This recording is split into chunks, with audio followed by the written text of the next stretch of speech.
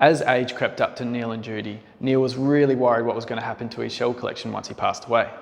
Luckily, the Shire of Ashburton purchased his collection and have displayed it here in Onslow for everyone else to come and enjoy.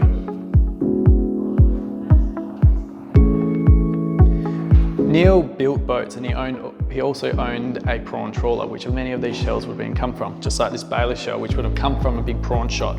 They also collected a lot of the shells by scuba diving around this area.